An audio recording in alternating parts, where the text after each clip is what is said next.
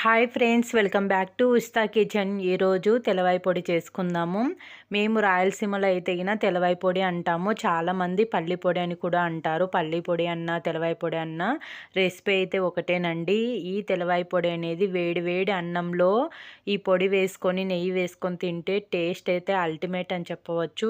చాలా బాగుంటుంది. అన్నంలోకే కాదు, మార్నింగ్ టిఫిన్స్లలోకి దోశ, ఇడ్లీ, గోధుమ రవ్వ ఉప్మాలోకి అందుకు చాలా బాగుంటుంది. గోధుమ రవ్వ ఉప్మాలోకి చట్నీ ఏం అవసరం లేదండి, ఈ పొడి వేసుకొని తినేసేయచ్చు, అంత బాగుంటుంది. వీడియో లాస్ట్ వరకు చూసి మీరు కూడా తప్పకుండా ట్రై చేయండి. మీరు ఒక్కసారి ఈ పొడి చేసి పెట్టుకున్నారంటే 3 to 4 months వరకు కూడా నిల్వ ఉంటుంది. ఇంతవరకు ఈ వీడియోని లైక్ చేయకపోతే లైక్ చేసి మన ఉస్తా కిచెన్ ఛానల్ని ఫస్ట్ టైం చూస్తున్న వాళ్ళైతే సబ్స్క్రైబ్ చేసుకోండి. నెక్స్ట్ లేట్ చేయకుండా ప్రాసెస్లోకి వెళ్ళిపోదాము. సో కడాయి పెట్టుకొని ఒక కప్పు పల్లీలను వేసుకొని లో ఫ్లేమ్లో మాత్రమే వేయించుకోవాలి. మీరు పల్లీలను లో ఫ్లేమ్లో ఎంత బాగా వేయిస్తే మీకు పల్లీ పొడి అనేది టేస్ట్ అంత బాగా వస్తుందన్నమాట. హై ఫ్లేమ్లో అయితే కలర్ వచ్చేస్తుంది కానీ పప్పు అనేది సరిగ్గా వేగదు.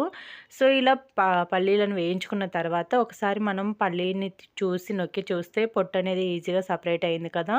ఈ టైంలో తీసి పక్కన పెట్టేసుకుందాము. సో సేమ్ అదే కడాయిలోనే 1 టేబుల్ స్పూన్ ఆయిల్ వేసుకొని ఒక కప్పు కరివేపాకు వేసుకొని లో ఫ్లేమ్లో ఫ్రై చేసుకోవాలి. కరివేపాకు చాలా మంచిది కంటికి కానీ హెయిర్ గ్రోత్కి కానీ. మనం ఏ రెసిపీలలోకైనా కరివేపాకు క్వాంటిటీ అనేది కొంచెం ఎక్కువ వేసుకుంటేనే చాలా మంచిది. సో కరివేపాకు కొంచెం క్రిస్పీగా అయ్యేంత వరకు వేయించుకొని దీంట్లోకి 2 టేబుల్ స్పూన్లు ధనియాలు, 2 టేబుల్ స్పూన్లు జీలకర్ర వేసుకొని 2 సెకండ్స్ మాత్రమే ఫ్రై చేసుకోవాలి. మాడిపోకుండా జస్ట్ ఒక 2 సెకండ్స్ ఫ్రై అయిన తర్వాత నెక్స్ట్ ఒక 20 వరకు ఎండుమిర్చి వేస్తున్నాను. మీరు ఎండుమిర్చి వరకు కాకుండా కారం పొడి కూడా వేసుకోవచ్చు. కారం పొడి వేసుకునే పాటైతే కరివేపాకు, జీలకర్ర, ధనియాలు క్రిస్పీగా అయ్యేంతవరకు వేయించుకున్న తర్వాత ఫ్లేమ్ ఆఫ్ చేసి మాత్రమే కారం పొడి యాడ్ చేసుకోండి. నేను ఇక్కడ ఎండుమిర్చి వేసాను కాబట్టి ఎండుమిర్చి కూడా ఫ్రై అవ్వాలి.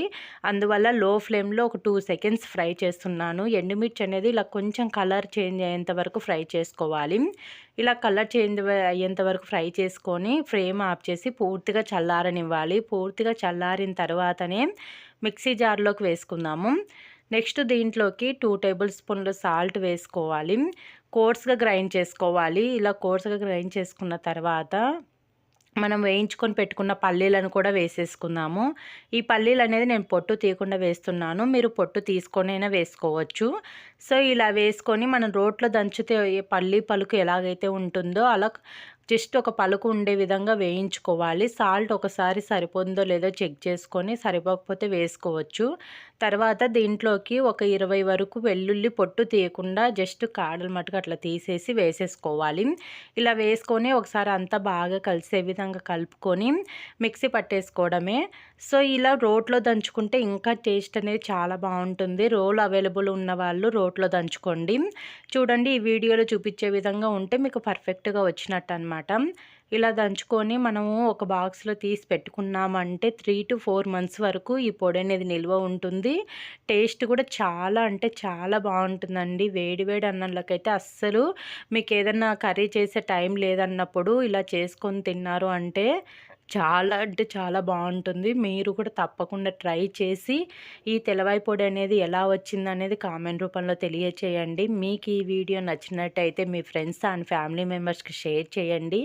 అదేవిధంగా ఇలాంటి మంచి మంచి రెసిపీస్ కోసం మన ఉస్తా కిచెన్ ఛానల్ని సబ్స్క్రైబ్ చేసుకొని లైక్ చేయండి. Thank you for watching friends.